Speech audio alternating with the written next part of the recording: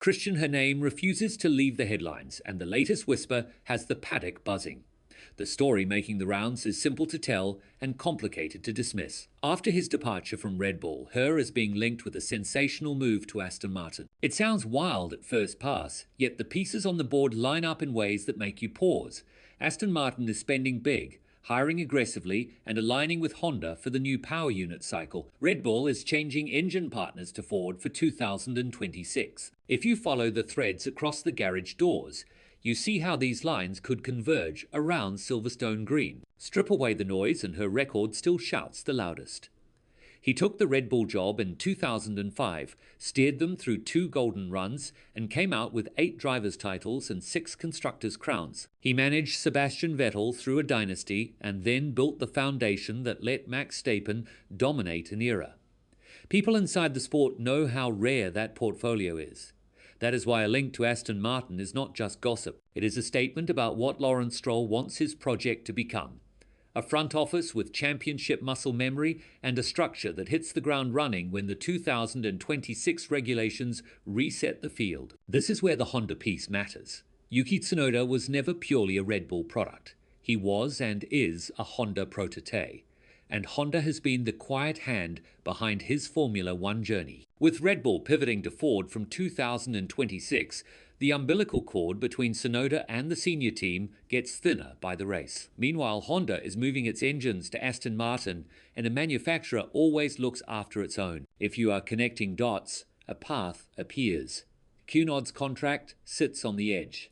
Red Bull's pipeline is crowded with names like Isaac Hadjar being pushed for senior opportunities. Helmut Marko has never been sentimental about these calls. He rotates drivers with a cold eye for performance and a quick trigger when the data disappoints. So, what happens if Hadjar graduates and Tsunoda finds his seat closed at the main team?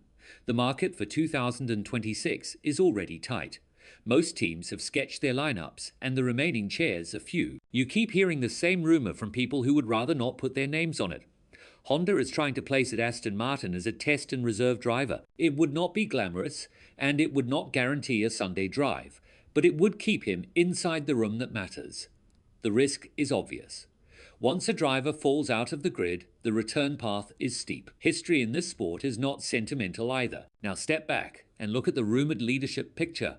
One Pablo Montoya said on his own podcast that Her feels like an Aston Martin fit, and his reasoning was straightforward. He pointed to the long years alongside Adrian Newey, the culture of excellence that partnership demanded, and the clarity it can bring to a technical group. If Aston Martin wants to turn potential into trophies, you could do a lot worse than hiring someone who already knows how to win when the regulations flip the table.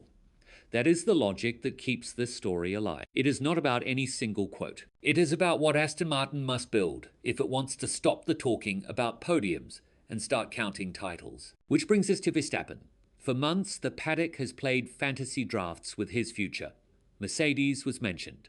Aston Martin was floated. Then the temperature cooled with quiet briefings that he is staying with Red Bull for 2026. That locks in the short term. The long term remains smoke. Everything after the first season of the new engine formula will be shaped by performance and harmony. If Red Bull nails the Ford project and keeps delivering a car that lets Verstappen do Verstappen things, there is no problem to solve.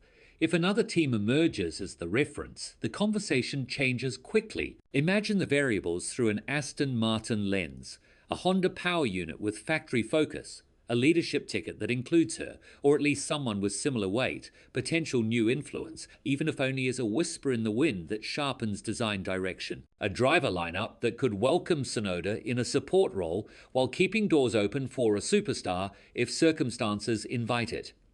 No one inside Aston Martin would say that out loud, but this is how serious projects are built. You create a structure that can receive greatness. Then you wait for an opportunity window. If that window opens, you move before it closes. Of course, none of this happens in a vacuum.